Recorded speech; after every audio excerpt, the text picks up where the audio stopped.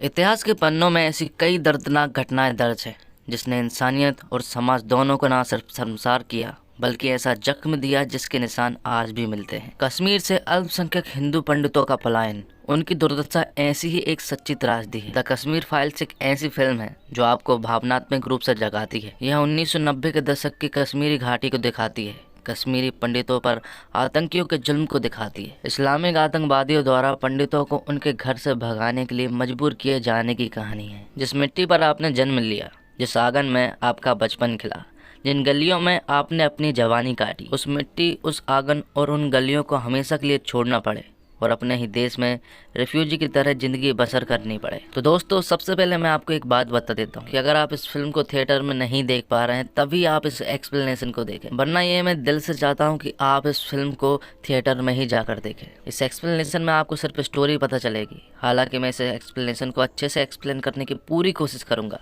लेकिन आपको वो फीलिंग्स और दर्द सिर्फ थिएटर में ही नजर आ सकता है। मूवी की स्टार्टिंग में हम कुछ बच्चों को क्रिकेट खेलते हुए देख पाते हैं, जिनमें से जो बैटिंग कर रहा है उसका नाम शिवा होता है। एक तरफ तो ये सारे बच्चे क्रिकेट खेल रहे होते हैं, वहीं दूसरी तरफ कुछ लोग रेडियो पर क्रिकेट को सुन रहे होते हैं, जहां पर इंडिया वर्सेस पाकिस्तान का मैच चल रहा होता है। वहां पर बैटिंग सचिन कर रहा है और इन्हीं में से एक आदमी कहता है कि वह अच्छा खिलाड़ी नहीं है। तभी शिवा अपने बैट को लेकर सचिन सचिन चिल्लाने लगता है। तभी उसके पास उसके दोस्त आते हैं और कहते हैं कि सचिन सचिन चिल्लाना बंद करो। और तभी वहाँ पर रेडियो सुन रहे वही आदमी आ जाते हैं उसके पास और उसे मारने लगते हैं। लेकिन किसी तरह वह उन लोगों से अपनी जान बचाकर वहां से भाग निकलता है। अब वह सड़क से भागते हुए अपने घर की ओर जा रहे थे, तभी वहां पर गोलियों की आवाज़ सुनाई देती है, जिसके कारण वह एक बॉक्स में छिप जाते हैं। थोड़ी देर के बाद हम एक कश्मीरी पंडित की वाइफ और उसकी बेटी को देख पाते हैं। दरअसल उस बच्ची को बुखार था, इसलिए उसकी माँ उसे हॉस्पिटल ले जाने के लिए, लेकिन तभी वहाँ पर एक पुलिस वाला आता है और उससे कहता है कि तुम्हारा इस सिचुएशन में घर से बाहर निकलना ठीक नहीं होगा। इसलिए वह तुरंत ही उसे घर जाने को कहता है। लेकिन तभी वहाँ पर कुछ लोग आते हैं और वह उस पुलिस वाले के माथे पर गोली मार देते हैं, जिसके कारण उसकी वहीं पर मौत हो जाती है। अब उस पुलिस वाले के साथ में जो एक पुलिस वाला और होता है, वह उसे इस तरह से मरते हुए देख भाग निकलता है। अब वह लोग उस पंडितनी के पास आ जाते हैं और उससे उल्टी सीधी बातें करने लगते हैं और थोड़ी देर के बाद वह भी उसे गोली मार देता है, जिसके कारण उसकी वहीं पर मौत हो जाती है। आगे हम एक बहुत बड़े काफिले को देख पाते हैं जो कि आज़ादी के नारे लगा रहे होते हैं और इन्हें जाता देखकर शिवा और उसका दोस्त मौका देखकर वहां से भाग निकलते हैं। अगली सीन में हम शिवा के मम्मी पापा को देख पाते हैं, जिसमें उसकी माँ का नाम शारदा पंडित होता है और उसके पापा का नाम करण पंडित होता है और उसका एक छोटा भाई भी होता है जिसका नाम कृष्णा रखा है। यहाँ पर शारदा अपने पति करण को बताती है कि शिवा अभी तक घर नहीं आया है, जिस पर करण अपनी वाइफ को बताता है कि वो अपने दादाजी के साथ बाहर गया था और उन्हीं के साथ आ जाएगा। अब क्योंकि पड़ोसी का बच्चा शिवा का दोस्त था, इसलिए वह अपने पड़ोसी से पूछने के लिए जाता है कि क्या उनका बेटा घर पर आया है, जिस पर वह साफ इनकार कर देते हैं। साथ ही वो पड़ोसी करण से कहता है कि तुम्हें कुछ दिनों के लिए यहाँ से बाहर चले जाना चाहिए, क्योंकि यहाँ के माहौल काफ़ी ज़्यादा बिगड़े हुए हैं। तो करण उससे कहता है कि यहाँ के माहौल तो हमेशा ही बिगड़े हुए रहते हैं, 2-3 दिनों की बात है, उसके बाद सब कुछ नॉर्मल हो जाएगा। अब अगले सीन में हम देखते हैं पुष्कर नाथ पंडित को, जो कि करण के पापा और शिवा के दादा हैं। और आज महाशिवरात्रि है और पुष्कर नाथ हर महाशिवरात्रि को शंकर जी बनकर मंडली में रोल प्ले करते हैं। तभी वहाँ पर कुछ लोग बैठे हुए होते हैं और वह कहते हैं कि बाहर के माहौल बहुत ज़्यादा बिगड़े हुए हैं, इसलिए हमें अभी ये सब नहीं करना चाहिए। तभी पुष्कर नाथ को याद आता है कि शिवा बाहर अपने दोस्तों के साथ खेलने के लिए गया था, इसलिए वह तुरंत ही उसे लेने के लिए निकलता है। वहीं दूसरी तरफ काफ़ी सारे लोग इकट्ठे हो जाते हैं और वह आज़ादी के नारे लगा रहे होते हैं। साथ में वह जो लोग दिख रहे होते हैं वह उन्हें मार भी रहे होते हैं। और यहीं पर हम पहली बार फारूक अहमद उर्फ बिट्टा को देख पाते हैं। पुष्कर नाथ अपने पोते को ढूंढने के लिए निकल जाता है और काफी देर ढूंढने के बाद आखिरकार उन्हें अपना पोता शिवा मिल ही जाता है और वह तुरंत ही उसे अपने स्कूटर में बिठाल कर अपनी घर की ओर लाने लगते हैं। लेकिन रास्ते में उन्हें बहुत बड़ा काफिला दिखाई देता है जो कि सभी को मार रहे होते हैं और जो कुछ चीज भी दिख रही होती है उन्हें जला रहे होते हैं। ये देखकर पुष्कर नाथ डर जाता है, लेकिन वह यहाँ पर किसी तरह बचते बचाते वहाँ से निकल जाते हैं। माहौल इतना ज्यादा खराब था कि वहाँ पर उनके बच्चों के हाथ में तक गन थी। वहीं दूसरी तरफ पुष्कर नाथ पंडित के घर पर आतंकी पहुँच चुके थे। जब ये बात शारदा को पता चलती है तो वह तुरंत ही ये बात अपने पति करण को बताती है और यहाँ पर करण बाहर जाने के लिए कहता है, लेकिन शारदा उनसे मना कर देती है और कहती है कि तुम्हें कहीं पर छिप जाना चाहिए। इसलिए करण एक चावल के टैंक में छिप जाता है और अब तो वह घर में भी घुस चुके थे, लेकिन अभी तक उन्हें नहीं मालूम था कि करण कहाँ पर छिपा हुआ है। लेकिन तभी उनका पड़ोसी उसे बताता है कि वह चावल के टैंक में छिपा हुआ है। ये सुनकर वह उनका दरवाजा तुरंत ही तोड़ देती ये सुनकर वह उनका दरवाज़ा तुरंत ही तोड़ देते हैं और वहाँ से डायरेक्ट छत पर जाते हैं। शारदा उन्हें रोकने की काफ़ी ज़्यादा कोशिश करती है, लेकिन वह लोग नहीं मानते और यहाँ पर बिट्टा उसी चावल की टैंक के सामने जाकर खड़ा हो जाता है और बिट्टा उस चावल की टैंक को अपनी बंदूक से छलनी कर देता है। उस टैंक से चावल के साथ साथ करण का काफ़ी ज़्यादा खून निकल कर आता है और तभी वहाँ पर पुष्कर नाथ आ जाते हैं। पुष्कर नाथ को जब पता चलता है कि उसके बेटे को मार दिया गया है तो वह तुरंत ही छत पर जाता है और यहाँ पर वह लोग पुष्कर नाथ को भी बहुत मारते हैं। यहाँ पर हमें पता चलता है कि पुष्कर नाथ जिस स्कूल में पढ़ाया करते थे वहाँ पर बिट्टा उनका ही एक स्टूडेंट था, इसलिए वह उनसे जान की भीख मांगता है। लेकिन बिट्टा वहाँ पर पड़े खून से सने चावल को उठाता है और शारदा से कहता है कि अगर वह इस एक निवाले को खा लेगी तो वह सबको छोड़ देगा। और ये सीन यहीं पर कट हो जाता है। अगले सीन में हम दो लोगों को देख पाते हैं, जिनमें से एक होते हैं ब्रह्मदत्त और एक होती है उनकी वाइफ लक्ष्मी दत्त, और ये दोनों ही पुष्कर नाथ के बहुत ही अच्छे दोस्त होते हैं। और यहाँ पर ब्रह्मदत्त एक न्यूज पढ़ते हैं जिसमें लिखा हुआ था कि 6 साल का बच्चा आतंकी हमले में मारा गया। ब्रह्मदत्त के पास एक डायरी होती है जिसमें वह इन्हीं आतंकी हमलों के बारे में लिखा करते हैं और उनके ऊपर यही पोस्टर चिपकाए करते हैं। उनकी पूरी फाइल इन्हीं आतंकी हमलों से भरी पड़ी है और वह यहाँ पर एक और आतंकी हमले के पोस्टर को चिपका देते हैं। आगे हम देखते हैं कि ब्रह्मदत्त के घर पर ब्रह्मदत्त और पुष्कर नाथ के कुछ दोस्त आते हैं, जिनमें से एक होते हैं डीजीपी हरिनारायण और एक होते हैं डॉक्टर महेश कुमार और एक होते हैं जर्नलिस्ट विष्णु राम। अब वे सब लोग कमरे में आ जाते हैं और यहाँ पर हमें पता चलता है कि आज उनके घर पर पुष्कर नाथ का पोता कृष्णा आने वाला है और यहाँ पर वह सभी लोग डिसाइड करते हैं कि वह लोग उसके सामने ना तो पॉलिटिक्स की बात करेंगे और ना ही कश्मीर मुद्दे की। और फिर तभी वहाँ पर कृष्णा आ जाता है और उसे देखकर वह सभी लोग खड़े हो जाते हैं। उन्हें खड़ा होता देखकर कृष्णा उनसे कहता है कि आप सभी लोग खड़े क्यों हुए हैं, आप बैठ जाइए। जिस पर ब्रह्मदत्त कहते हैं कि वह तुम्हें देखकर खड़े नहीं हुए हैं, बल्कि वह तो पुष्कर नाथ की अस्थियों को देखकर खड़े हुए हैं। यहाँ पर हमें पता चलता है कि वह यहाँ पर सिर्फ 2 दिनों के लिए आया है। एक दिन में वह इन सभी लोगों से मिलेगा, वहीं दूसरे दिन वह अपने कश्मीर के कुछ दोस्तों से मिलने वाला था और सैटरडे को एक इम्पोर्टेंट काम के कारण उसे वापस दिल्ली जाना पड़ेगा। साथ में वह उनसे ये भी कहता है कि वह उस जगह पर भी जाना चाहता है जहाँ पर उसके पेरेंट्स का एक्सीडेंट हुआ था। और ये बात सुनकर वह सभी लोग शॉक रह जाते हैं। यहाँ पर हमें पता चलता है कि कृष्णा को उनके पेरेंट्स के बारे में कुछ भी नहीं मालूम है कि उनके साथ क्या हुआ था। उसे तो अभी तक यही लग रहा है कि उनका एक्सीडेंट हुआ था। जिस पर विष्णु राम उनसे कहते हैं कि तुम कश्मीर के बारे में क्या जानते हो। और कहानी दिल्ली के 2016 के सीन में शिफ्ट हो जाती है, जहाँ पर ANU कॉलेज को दिखाया जाता है, जहाँ पर कृष्णा भी पढ़ता है। यहाँ पर हमें राधिका मेनन नाम की एक औरत को दिखाया जाता है जो अपने स्टूडेंट को कश्मीर के बारे में उल्टा सीधा बताती है और यहाँ पर वह नारे भी लगाते हैं फ्री कश्मीर और आज़ादी के। और इन बातों को कृष्णा भी सुन रहा होता है, लेकिन उसने आज से पहले ये सारी बातें नहीं सुनी थी, क्योंकि पुष्कर नाथ ने कृष्णा को कश्मीर की कुछ और स्टोरी सुनाई थी जो कि राधिका मैडम की बातों से मैच नहीं करती। इसलिए वह खड़ा होता है और बट मजार के बारे में पूछता है, लेकिन राधिका मैडम को तो बट मजार के बारे में कुछ भी नहीं मालूम था। जिस पर कृष्णा उन्हें बताता है कि 1 लाख कश्मीरी पंडितों को डल झील में डुबोकर मार दिया गया था। इतने लोग मरे कि उनके जनेऊ से ही 7 बड़े टीले बन गए थे और जिस जगह पर उन्हें जलाया गया था उसी जगह को वो बट मजार कहते हैं। लेकिन यहाँ पर राधिका मैडम उसे यह कहकर बैठा देती है कि वह एक दिन बहुत बड़ा पॉलिटिशियन बनेगा, लेकिन ये बात कहीं ना कहीं कृष्णा को अच्छी नहीं लगती। आगे हम कृष्णा को और राधिका मैडम को बात करते हुए देख पाते हैं। यहाँ पर राधिका मैडम कृष्णा को उल्टी सीधी बातें बता रही होती है। वह कहती है कि कश्मीर के लोग आज़ादी के लिए लड़ रहे हैं, तुम यहाँ पर आज़ादी के लिए लड़ सकते हो, लेकिन वह आज़ादी के लिए वहाँ पर नहीं लड़ सकते। राधिका मैडम उससे कुछ ऐसी बातें बताती है जिसे ना चाहते हुए भी कृष्णा को उनकी बात माननी ही पड़ती है। अब प्रेजेंट में हम सभी को खाना खाते हुए देख पाते हैं और यहाँ पर ब्रह्मदत्त अपनी एक फ्लैशबैक की स्टोरी को याद करते हैं, जहाँ पर न्यूज़ पर ये रिपोर्ट बताई जा रही थी कि मिनिस्टर की बेटी को JK लैब वालों ने किडनैप कर लिया है। अब ना चाहते हुए भी सरकार को उनके सामने घुटने टेकने पड़ते हैं और तभी वहाँ पर पुष्कर नाथ आते हैं और वह ब्रह्मदत्त से कहते हैं कि इस बार उनका लड़का करण हेड लिस्ट में है। उन्हें ऐसा लगता है कि उनका लड़का मुखवीर है, इसलिए वह उसे मारना चाहते हैं, इसलिए वह उनसे सिक्योरिटी के लिए यहाँ पर आया था। इस पर ब्रह्मदत्त उससे कहते हैं कि उसको कुछ नहीं होगा, उसकी सिक्योरिटी को मैं देखूंगा। अब आगे पुष्कर नाथ और ब्रह्मदत्त सब्जी लेने के लिए जाते हैं। यहाँ पर वह नदरू को खरीदते हैं और नदरू कश्मीर की एक बहुत ही फेमस सब्जी होती है।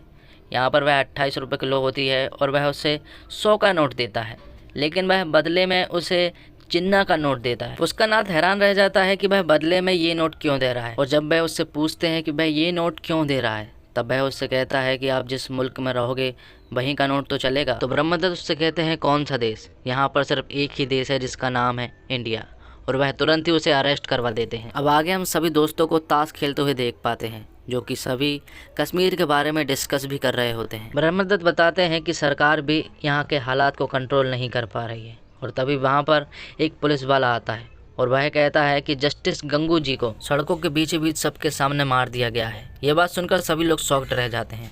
अब आगे हमें न्यूज के द्वारा पता चलता है कि जस्टिस गंगू जी को JK लैब के लोगों ने मारा है, और उन लोगों ने गंगू जी को इसलिए मारा है क्योंकि उन्होंने मकबूल भट्ट को कुछ साल पहले फांसी की सजा सुनाई थी, क्योंकि मकबूल भट्ट पर आरोप थे कि वह उसने काफ़ी सारे आतंकी हमले करवाए थे। साथ में उसने एक CID ऑफिसर को मारा और भारत के कई सारे एयरजेट को भी अगवा कर लिया था। अगले सीन में हम देखते हैं ब्रह्मदत्त को, जो कि अपनी बेटी को स्कूल छोड़ने के लिए बाहर की ओर आते हैं। यहाँ पर काफ़ी सारे ऑफिसर्स भी खड़े होते हैं जो कि ब्रह्मदत्त से बात करते हैं। उनमें से एक ऑफिसर ब्रह्मदत्त की बेटी के पास आता है और वह उसे कागज़ का बना एक एरोप्लेन देता है, जिसके बदले में वह उसे फूल दे देती है। लेकिन तभी अचानक से वहाँ पर कुछ लोग आते हैं और वह वहाँ के ऑफिसर को छलनी कर कर चले जाते हैं, और ये कोई और नहीं बल्कि बिट्टा का काम था। वह यहाँ पर आता है और इंडियन फ्लैग को उतार कर अपने झंडे को वहाँ पर लगा देता है। वहाँ पर पुलिस वाले भी खड़े हुए थे, लेकिन वह भी डर के कारण कुछ नहीं कर पाते हैं, और यहाँ पर ब्रह्मदत्त खड़े खड़े सिर्फ देखते ही रह जाते हैं। अगले सीन में हम हरिनारायण और ब्रह्मदत्त को CM के पास देखते हैं। यहाँ पर ब्रह्मदत्त उनको बताता है कि हालत काफ़ी ज़्यादा बिगड़े हुए हैं, वह लोग कश्मीरी पंडितों को बुरी तरह मार रहे हैं और यहाँ से खदेड़ते हुए जा रहे हैं। ब्रह्मदत्त आगे कहते हैं कि अगर उन्होंने कुछ भी नहीं किया तो कश्मीर से ऐसे ही लाशें निकलती रहेंगी, जिस पर CM उनसे कहता है कि उसे ऐसा लगता है कि वह उनका मुखबिर बनकर यहाँ पर आया है, और यहाँ पर हमें पता चलता है कि CM भी उनके साथ ही मिला हुआ है। और ये बात तब क्लियर हो जाती है जब CM से मिलने के लिए बिट्टा उनके घर पर आता है, और उसे देखकर वे लोग उसे सिर्फ देखते ही रह जाते हैं। अब आगे हम ANU कॉलेज की सीन को देख पाते हैं, जहाँ पर कृष्णा कुछ नारे लगा रहा होता है अपने दोस्तों के साथ मिलकर। लेकिन तभी वहाँ पर राधिका मैडम आती है और वह उसे फिर से बताने लगती है कि कश्मीर के ऊपर बहुत सारे मुद्दे ऐसे हैं जिन पर हम सवाल खड़े कर सकते हैं। यहाँ पर हमें पता चलता है कि धीरे धीरे कहीं ना कहीं राधिका मैडम कृष्णा का ब्रेन वॉश करना स्टार्ट करने लगी है। ना चाहते हुए भी उसे राधिका मैडम की बात माननी ही पड़ती है, बात गलत हो या फिर सही, लेकिन राधिका मैडम जो उससे इस भाव में कह रही थी, कृष्णा को उनकी ये सारी बातें माननी पड़ती है। साथ ही हमें यहाँ पर पता चलता है कि ANU कॉलेज में जो इलेक्शन होने वाला है उसमें जो कैंडिडेट मौजूद है वह कृष्णा है। और जब वह घर जाता है तो पुष्कर नाथ जी को पता चलता है कि वह भी ANU कॉलेज में आज़ादी के नारे लगा रहा था, इसलिए वह उससे काफ़ी ज़्यादा चिल्लाते हैं। लेकिन यहाँ पर कृष्णा उनका विरोध करता है। वह यहाँ पर बताता है कि कश्मीरी पंडितों पर बहुत ज़्यादा जुल्म हुआ है और वह कॉलेज में जाकर आज़ादी के नारे लगा रहा है और उन लोगों के साथ मिल रहा है। साथ में हमें यहाँ पर यह भी पता चलता है कि कृष्णा के ऊपर देशद्रोह का केस भी चल रहा है। अब प्रेजेंट के सीन में हम देख पाते हैं लक्ष्मी और कृष्णा को, और यहाँ पर लक्ष्मी कृष्णा को उसकी पेरेंट्स की फ़ोटो दिखाती है, क्योंकि कृष्णा को तो बिल्कुल भी नहीं मालूम था कि उसके पेरेंट्स कौन हैं, क्योंकि उसने आज तक उनकी शक्ल तक नहीं देखी थी, और ना ही पुष्कर नाथ ने उन्हें उनकी कोई तस्वीर दिखाई थी। तो लक्ष्मी उन्हें उनके मम्मी पापा और उसके बड़े भाई की तस्वीर दिखाती है। कृष्णा से कहते हैं कि तुम्हें कभी पुष्कर नाथ ने अपने मम्मी पापा की फ़ोटोज़ नहीं दिखाई, जिस पर कृष्णा उनसे कहता है कि जब वह कश्मीर से निकले थे तो उनके पास कोई भी चीज़ नहीं थी। तो महेश कुमार उनसे कहते हैं कि जब कश्मीर में एक्सोडस हुआ था तब सभी लोग वहाँ से खाली हाथ ही लौटे थे। लेकिन यहाँ पर ब्रह्मदत्त कहते हैं कि वह एक्सोडस नहीं था, बल्कि वह तो जेनोसाइड था। और ये बात सुनने के बाद कृष्णा उनसे कहता है कि कोई जेनोसाइड नहीं हुआ था, ये सारी बातें झूठ है। अगर आप उन लोगों के सताओगे तो वह लोग तो ऐसा काम करेंगे ही। ये बात सुनने के बाद ब्रह्मदत्त बौखला जाते हैं और वह कृष्णा से कहते हैं कि तुमने जो भी स्टोरी सुनी है वो स्टोरी एकदम गलत है, और तुम सताने की बात करते हो तो उस पर मैं एक बात बता देता हूँ कि कश्मीरी पंडित ने तो कभी कोई औजार नहीं उठाए, तो फिर उन पर ऐसा अत्याचार क्यों किया गया। अब कृष्णा उन सभी लोगों से पूछता है कि उसके पेरेंट्स के साथ क्या हुआ था, क्योंकि अब धीरे धीरे उसे लगने लगा था कि उसके पेरेंट्स का एक्सीडेंट नहीं हुआ था, बल्कि उनके साथ तो कुछ ऐसा हादसा हुआ था जो कि वह उन लोगों से छुपा रहे हैं। इसलिए वह उनसे हाथ जोड़कर पूछता है कि आखिर उसके पेरेंट्स के साथ क्या हुआ था, जिस पर ब्रह्मदत्त उसे बताते हैं वही स्टोरी जो कि मूवी की स्टार्टिंग में बिट्टा ने उनके घर पर गोलियां चलाकर किया था। उस चावल की टैंक को छलनी कर कर उसके पिता को मार दिया गया और उसकी माँ को उसी खून से सना हुआ चावल खिलाया गया। जब करण की मौत हो जाती है तो पुष्कर नाथ तुरंत ही डॉक्टर महेश के पास कॉल करते हैं और उसे बताते हैं कि बिट्टा ने उसके बेटे को मार दिया है। जब वह बात कर ही रहे होते हैं तभी हॉस्पिटल में कुछ आतंकी घुस जाते हैं और वह डॉक्टर महेश से कहते हैं कि कुछ आर्मी वालों ने उसके साथी को गोली मार दी है और अब उसे खून की कमी है, इसलिए वह ओ ब्लड ग्रुप ढूंढ रहे हैं और अगर ओ ब्लड ग्रुप नहीं मिला तो वह सभी को मार देंगे। ये बात सुनने के बाद वहाँ पर एक आदमी खड़ा होता है। वह कहता है कि उसका ओ ब्लड ग्रुप है और वह देने के लिए तैयार है, इसलिए वह ब्लड दे देता है, लेकिन आखिरी में वह उसे भी मार देते हैं। और यहाँ पर वह महेश कुमार से कहता है कि यहाँ पर सिर्फ मेरे ही साथियों का इलाज किया जाएगा। अब पुष्कर नाथ तुरंत ही ब्रह्मदत्त के पास कॉल करते हैं और उन्हें ये सारी बातें बताते हैं कि उसके बेटे को बिट्टा ने मार दिया है। और ये बात सुनने के बाद ब्रह्मदत्त तुरंत ही बड़े बड़े मंत्रियों के पास कॉल करते हैं और कहते हैं कि कश्मीर में पंडितों को मारा जा रहा है और अगर ऐसा ही चलता रहा तो पूरा कश्मीर जल जाएगा।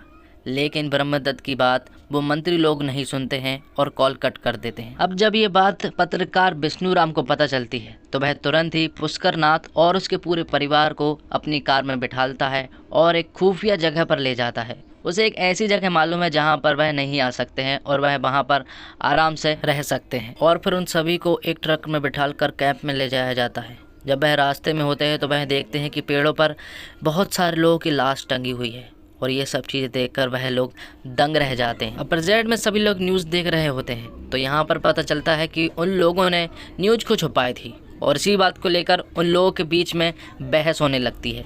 वह कहते हैं कि मीडिया वाले न्यूज़ छुपाते हैं, इसी कारण लोग गुमराह रह जा पाते हैं और उन्हें कुछ भी नहीं मालूम चलता और उनके बीच में झगड़ा हो जाता है। अगले सीन में हम देखते हैं पुष्कर नाथ एक कैंप में होते हैं जहाँ पर आंखों का इलाज चल रहा था। वहाँ पर डॉक्टर उनसे कहते हैं कि तुम्हें चश्मा बनवाना पड़ेगा क्योंकि तुम्हें आंखों की प्रॉब्लम है। साथ में डॉक्टर उनसे कहता है कि यहाँ पर सिर्फ टेस्ट करना फ्री है, लेकिन जो चश्मे लोगे उसका चार्ज लगेगा।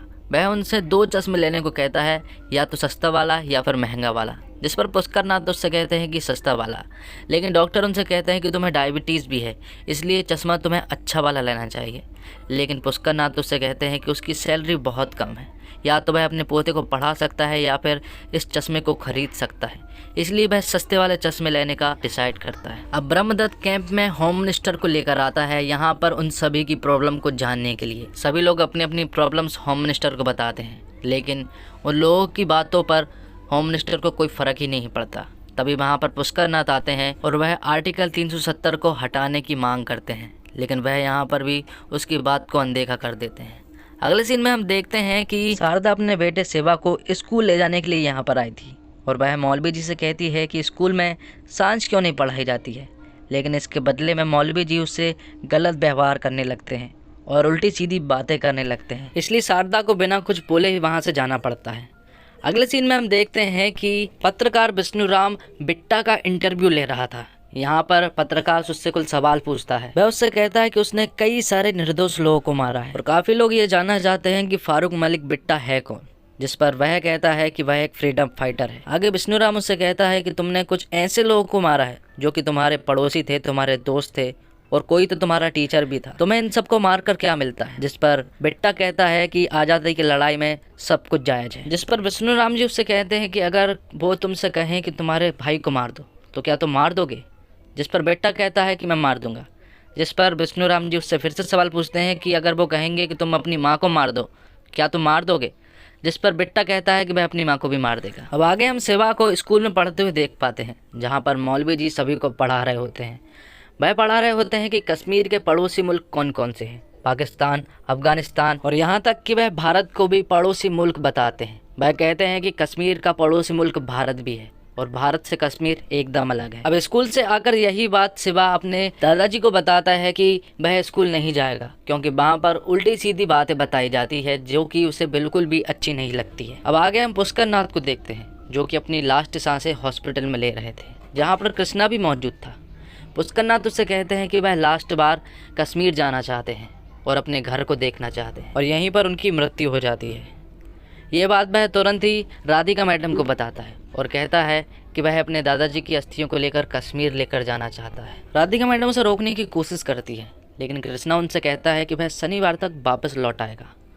तो राधिका मैडम उनसे कहती है कि अगर तुम कश्मीर जा ही रहे हो तो वहाँ पर वह उन लोगों से मिले जिन्होंने कश्मीर को पास से देखा है और वह लोग तुम्हें कश्मीर को बताएंगे कि कश्मीर था कैसा और अब है कैसा। उन लोगों से मिलने के बाद तुम्हें पूरी तरह से पता चल जाएगा कि आखिर कश्मीर में तब हुआ क्या था। अब अगले सीन में हम देखते हैं पुष्कर नाथ के सभी दोस्तों को और कृष्णा को, जो कि पुष्कर नाथ के घर पर उसकी अस्थियों का विसर्जन करने के लिए आए थे।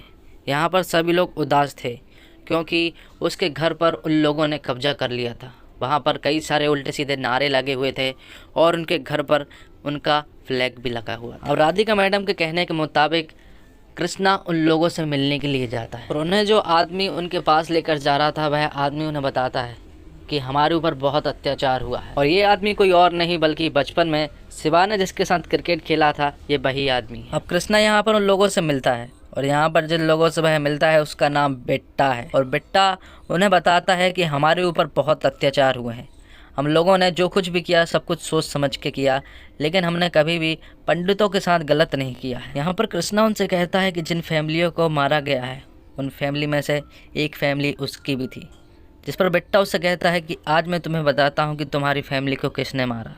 तुम्हारी फैमिली को आर्मी ने मारा। और ये सुनने के बाद कृष्णा पूरी तरह से बौखला जाता है और उसका पूरी तरह से ब्रेन बॉस हो चुका था, इसलिए उसे ये बात माननी ही पड़ती है। अब कृष्णा घर आता है जिसका इंतज़ार ब्रह्मदत्त भी कर रहा था। ब्रह्मदत्त जब उससे पूछते हैं कि वह कहाँ पर गया था तो कृष्णा उनसे कहता है कि अब उसे सब कुछ मालूम चल गया है कि उसके पेरेंट्स के साथ क्या हुआ था और उन्हें किसने मारा।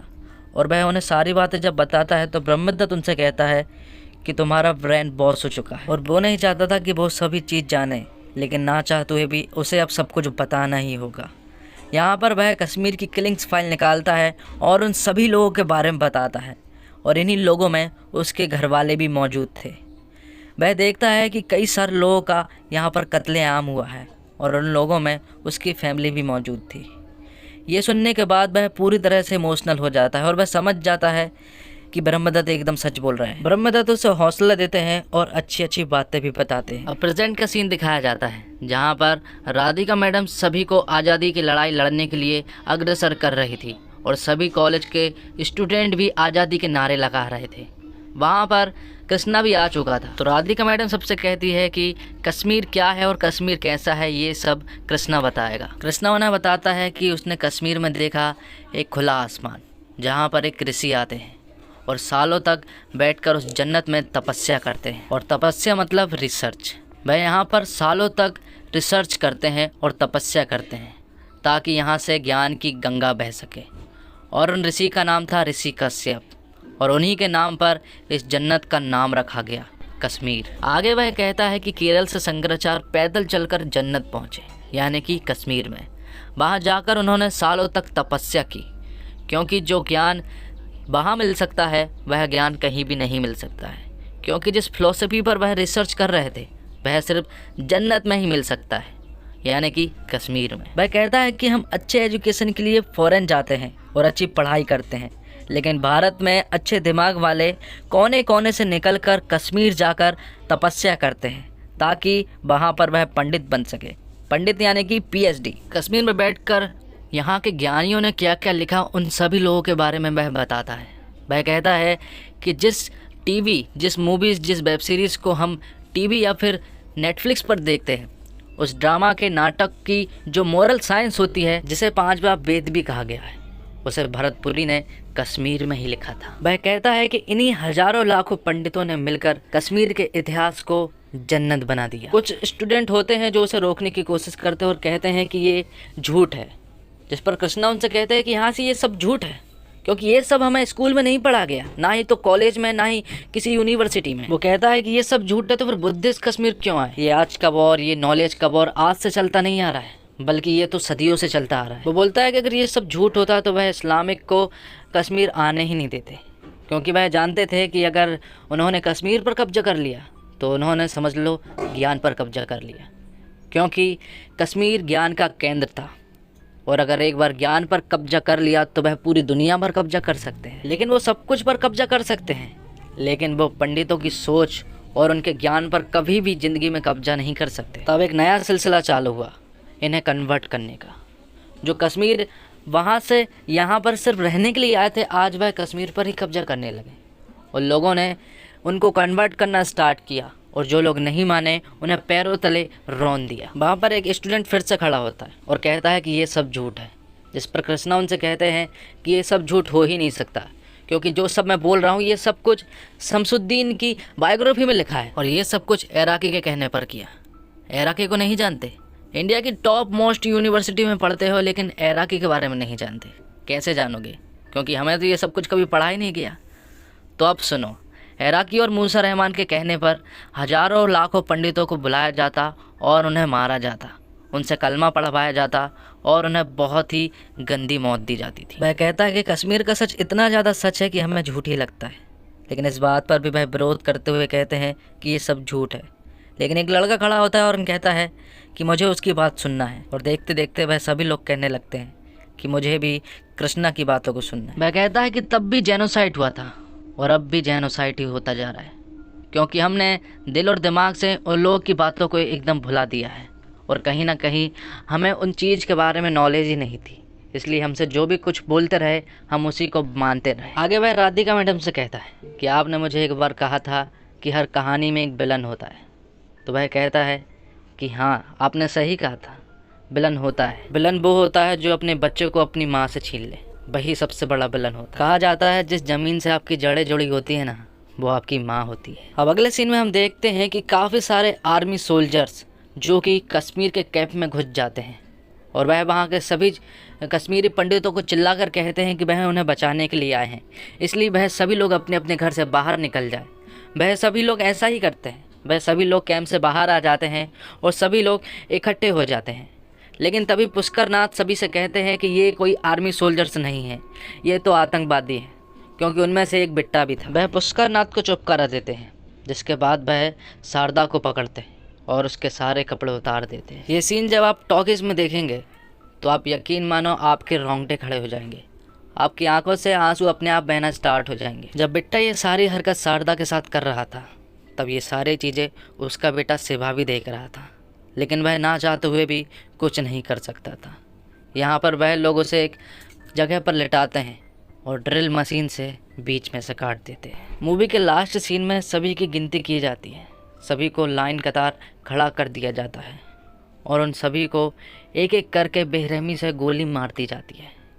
ये सीन इतना ज़्यादा खतरनाक है कि जब ये सीन थिएटर में चलता है तो आपकी रूह कांप जाती है। कश्मीर ने हिंदू और कश्मीरी पंडित की हत्या, बलात्कार और पलायन के बारे में एक एक सच्चाई को बयां करने वाली फिल्म कश्मीर फाइल्स देश के लिए अब एक बड़ा मुद्दा बन गई है। शुक्रवार को सिनेमा हॉल में रिलीज हुई विवेक अग्निहोत्री की फिल्म कश्मीर फाइल एक फिल्म से ज़्यादा है।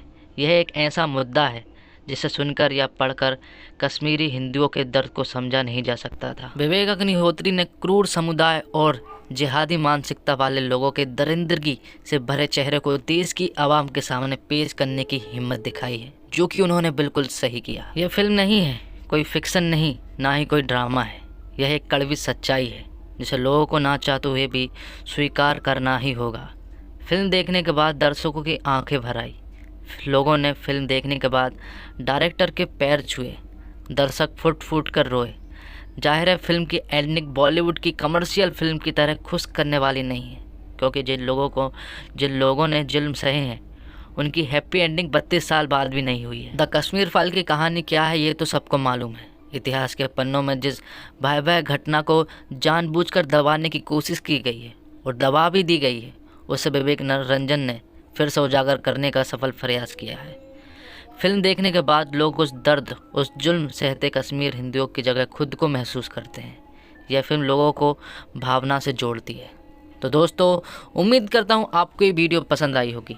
वीडियो पसंद आई हो तो वीडियो को लाइक ज़रूर कीजिएगा और चैनल को भी ज़रूर से ज़रूर सब्सक्राइब कीजिए।